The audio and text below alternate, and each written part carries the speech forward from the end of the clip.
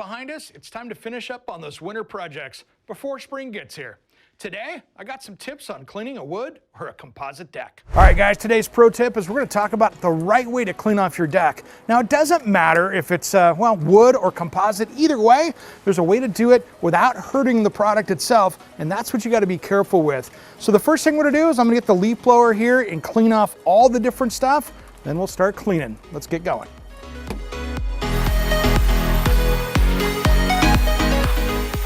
All right, I don't know about you, but these wood decks this time of year can get really slippery, which can be a hazard.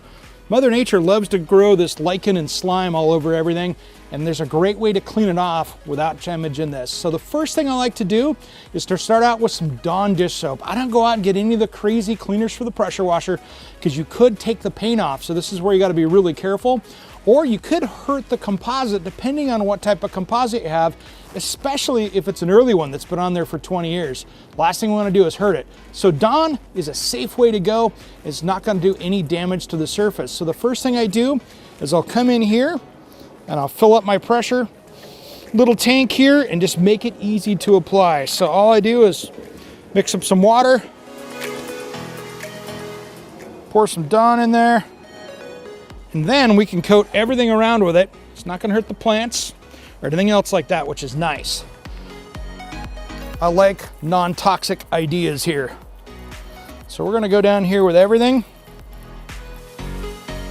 All right, next up is elbow grease. Whether you got a stiff broom or a brush like this is a good old car wash brush that I've used for my truck and stuff. We're gonna go through and just scrub everything down.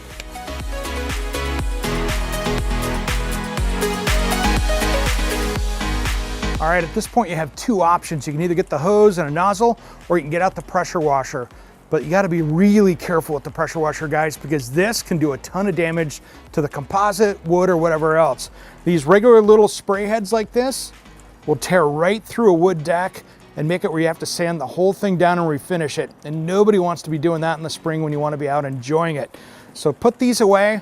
This is an 1800 PSI pressure washer. This thing here is about the max I would use. If you have a big heavy duty one, find yourself a lighter one so you don't do any damage.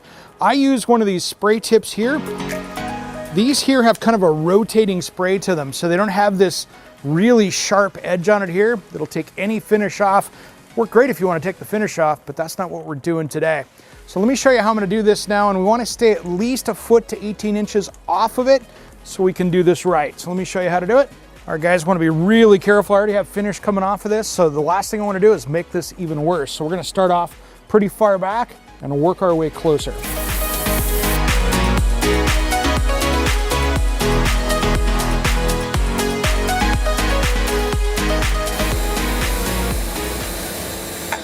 All right, guys, it's really that simple. A little bit of work outside, and you know something? You'll have a safe outdoor space, and it's less cleaning to do in the spring. Power tool batteries can be confusing to navigate. Here are my best tips for storage and battery usage. Hey guys, today we're going to be talking about power tool batteries, and this can be one of the most difficult things to navigate around your home. And it doesn't matter what brand you have, there's a lot of the same rules that apply no matter what platform you're using. For instance, here with Milwaukee, we've got the M12 versus the M18.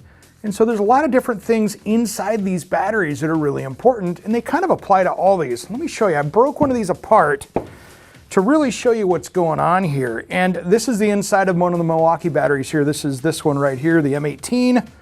That's the case it came out of. Don't do this at home. You got to be careful with these things. How these are built are these individual cells in here, and this one has 15 of them.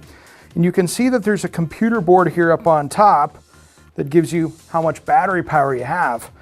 Now, storing these things is pretty important of what you do with these things because it is a computer and they're not waterproof, so you need to make sure that you keep these things dry. You keep them from getting too hot or too cold.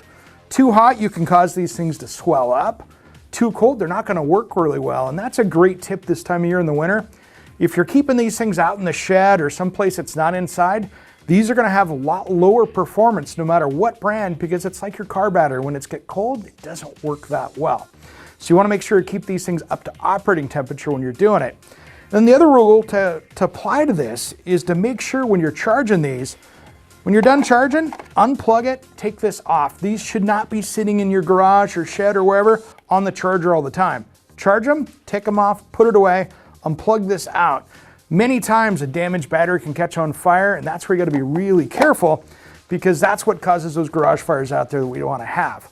So let's start talking about kind of brand to brand and what you should look for in batteries and when to use the right one on a project. For instance here, this is the Milwaukee M18. This is the same battery platform. It will fit on this drill right here. I can use it, or it can fit on this one right here. Now, here's the thing. I don't want to carry this big, heavy battery around all the time when I'm working. So these small amp hour batteries, like this one is a 2 amp hour battery, says it right on the side of this. This is great for doing projects around the house, but if I'm using it all day, I'm gonna run this battery out. Now that's the key to using these batteries, is the amp hour.